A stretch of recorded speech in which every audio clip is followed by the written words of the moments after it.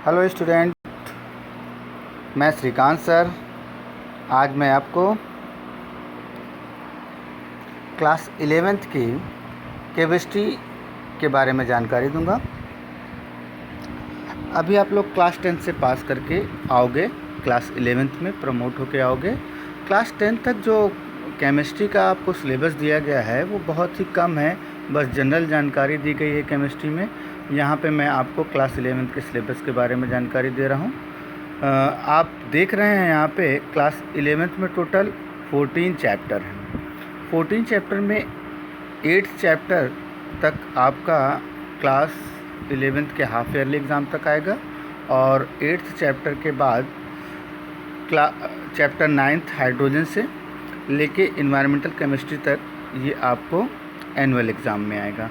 तो अभी तक केमिस्ट्री के बारे में हमें थोड़ी बहुत जानकारी हाई स्कूल तक रही, एक पार्ट था साइंस का केमिस्ट्री का, लेकिन अब केमिस्ट्री आपके सामने एक चैलेंज बन के खड़ी होने वाली है, क्योंकि एक अलग सब्जेक्ट हो रहा है, अलग सब्जेक्ट की अलग मार्किंग होती है।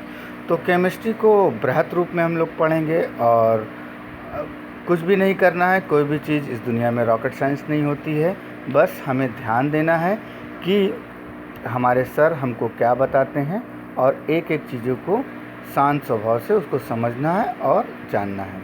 तो सबसे पहले हम लोग अपने सिलेबस की बात करते हैं। तो सिलेबस में जो आपके हाफ ईयरली का पहले सिलेबस हम लोग देखते हैं, जो कि 8 चैप्टर तक है। पहला चैप्टर जो है आपका some basic concept of chemistry है।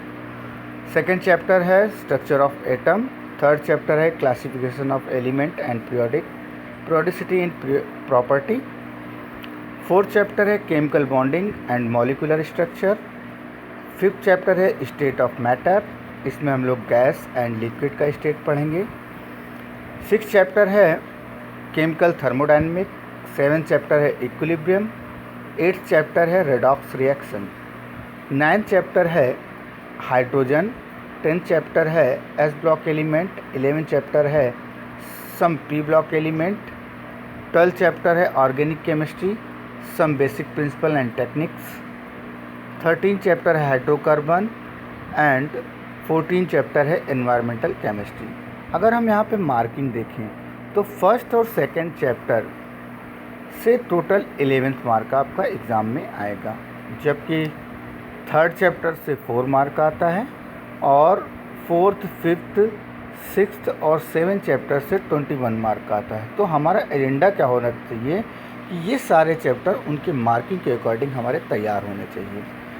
अब इसके बाद देखते हैं redox reaction, hydrogens, S block element, some P block elements, organic compounds, some P block elements. यहाँ तक चैप्टर नंबर 8 से चैप्टर नंबर 11 तक 16 मार्क का आता है और 12 से लेके 14 तक 18 मार्क का आता है। टोटल आपका थ्योरेटिकल जो पोर्शन होता है वो 17 मार्क का आता है और 30 नंबर का आपका प्रैक्टिकल का एग्ज़ाम होता है।